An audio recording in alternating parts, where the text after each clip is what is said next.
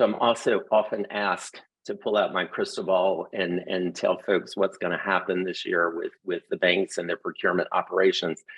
I think it's important to understand that prior to last year, there were multiple pieces of guidance across all the various banking regulatory bodies.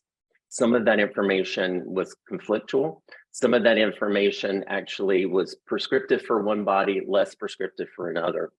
So what happened is the regulatory authorities got together and they published guidance, joint guidance on how to manage third-party relationships. We expect the final guidance to come out this year. What we expect it to be is very similar to the OCC 2013-29 document, which has been the primary document ruling the third-party relationships for banks so far.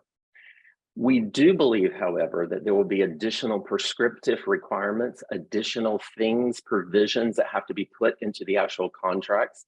So we expect as we go through the year, there will be changes to programs and how programs run, changes to actual contract templates and what those templates contain. We also believe that there will be a new heightened view of how you manage risk, how you identify that risk, how you manage it, how you ensure you can intervene with it. So as we look through the rest of the year, we see that the programs are going to require revision because of the changes in the guidance. We see that there'll be a lot of question marks around that guidance, especially in those areas that aren't prescriptive. We see that our templates are going to require changing, and more likely than not, the existing relationship documents will have to be amended.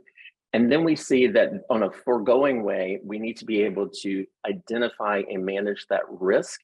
And so you'll see a tighter connection between compliance, legal, and procurement teams, ensuring that those standards are there and they're being met, and that they're being tested and monitored, and where they are deficient, they're remediated. So a lot of activity for the year around programs, contracts, and then the actual processes and procedures that need to be in play in order to ensure compliance across all of that.